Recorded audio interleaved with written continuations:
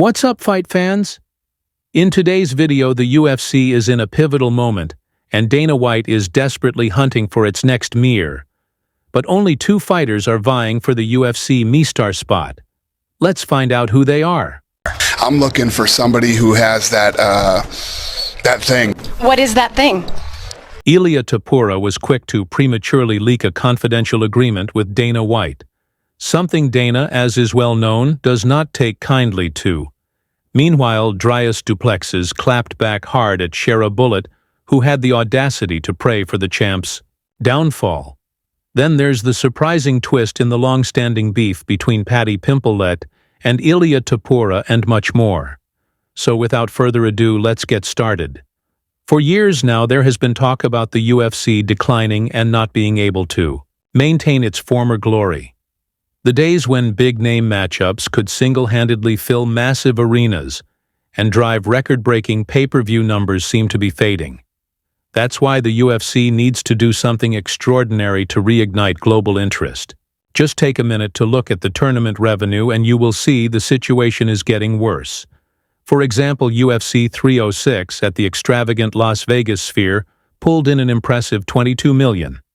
Yet that number already marked a decline from previous year's UFC 309, headlined by the much-hyped return of Jon Jones against Stipe Miocic, earned $17 million. Then came UFC 312, with a disappointing $7 million in revenue, a clear sign that fans are not showing up or tuning in like they used to. In general, this is not very surprising.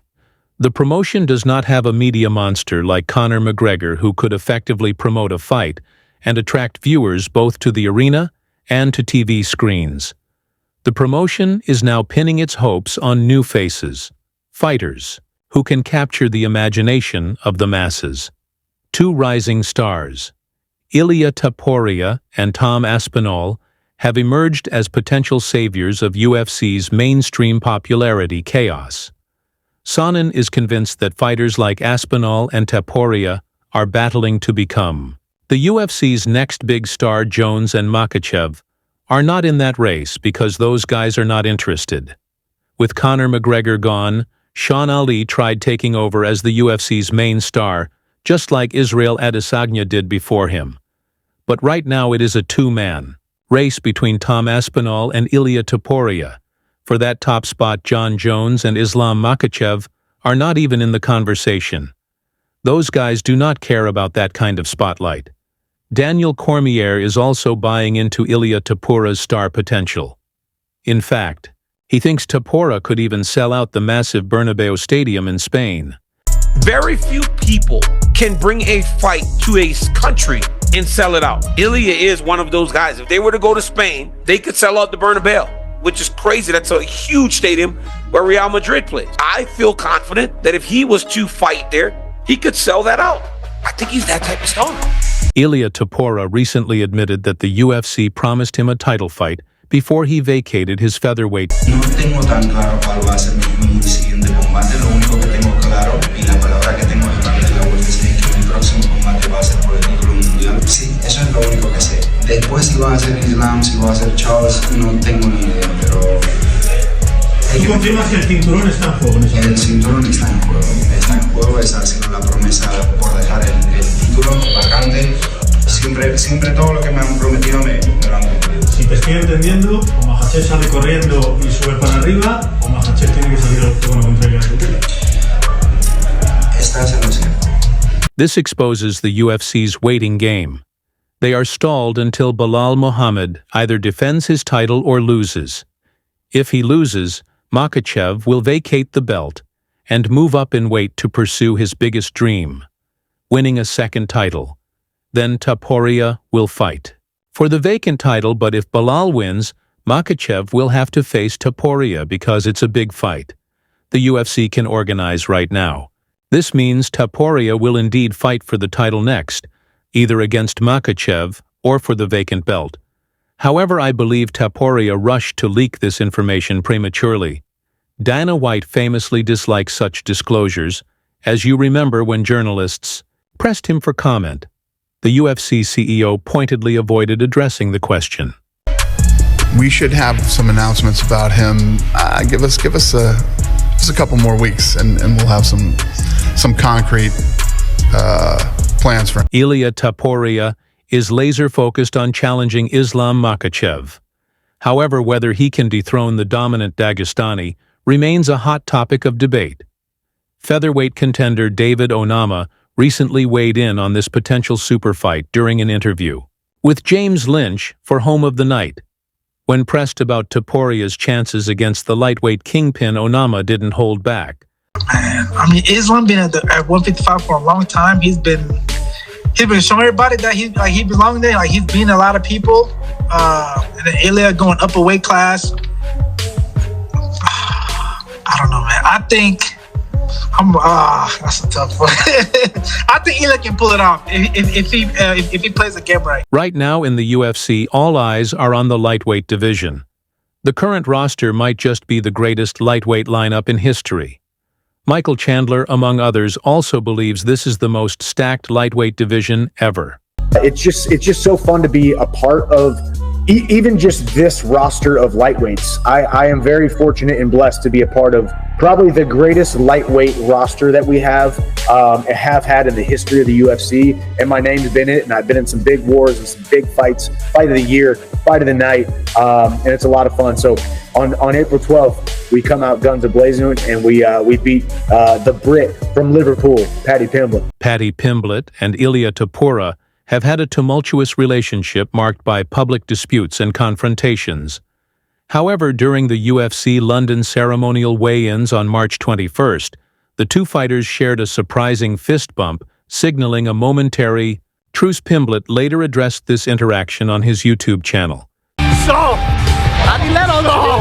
I was staring at him over there, and he looked at me and went, so quite funny as Ilia walked across here, he looked at me, I was looking at him, and he done that. And obviously on stage, as I walked past him, we both just like laughed and looked at each other. I thought it'd be quite funny to just go, and he went like that on me hand and like high-fived it. We mightn't like each other, but had a little laugh then. Despite this recent amicable exchange, both fighters continue to compete in the UFC's lightweight division, and the potential for future clashes remains. Pimblett has expressed interest in facing Topuria inside the octagon, suggesting that a fight between them could headline a pay-per-view event without the need for a title on the line. Yes, all these fights are interesting, but many are sure that at the moment Conor McGregor's press conferences are more interesting than the fights themselves. Knuckle Conor McGregor.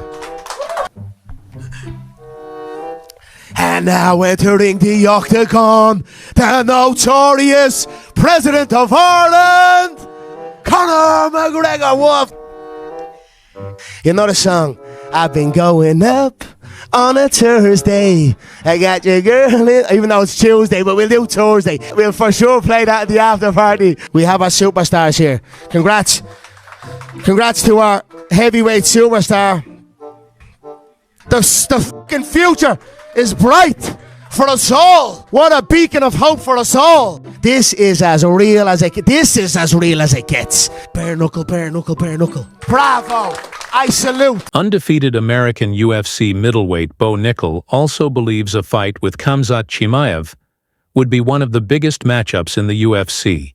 In a recent interview with Home of Fight, he stated, 100%. That's the most exciting fight there is in the division, in my opinion. You know, I think, you know, as far as the fights in the UFC, you know, you got at the top Jones and Aspinall. You got Ilia, potentially with Islam or another 55er. And I think right after that, the most exciting fight next is me and Khamzat. So, you know, that's something that the fans need to see, that I want to see. I'm sure he wants it as well. So I just got to keep winning fights, and we'll make it happen. Khamzat Chimaev will probably fight duplexes for the middleweight title later this year, and fans can't wait for this one.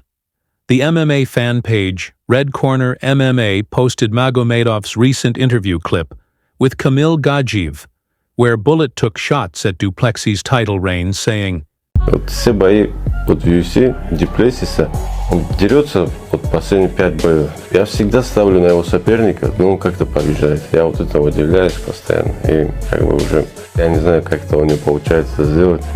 Тот там в борьбе, как-то он там что-то найдет, как-то предыдущий получится, то в стойке как-то зацепить, там, какой-нибудь такой скачок сделать, там, взрыв.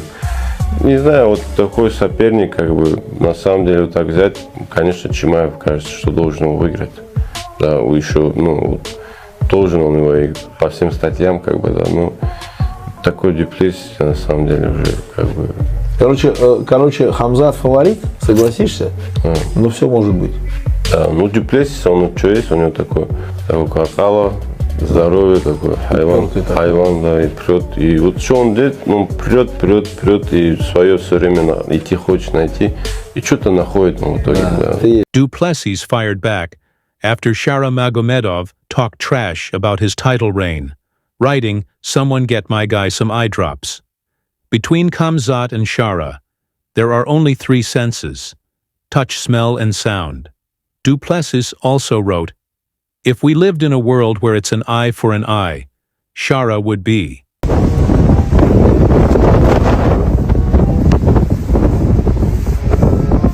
What is he hitting him with? Underhook? Wow, this basic simple. Are you riding him on top? He didn't ride you. He's tired. He's tired.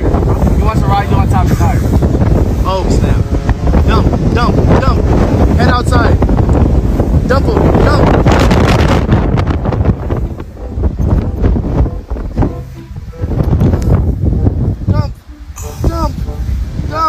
There you go.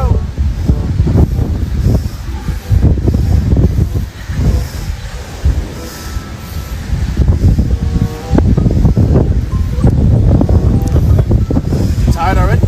You got sand in your eye.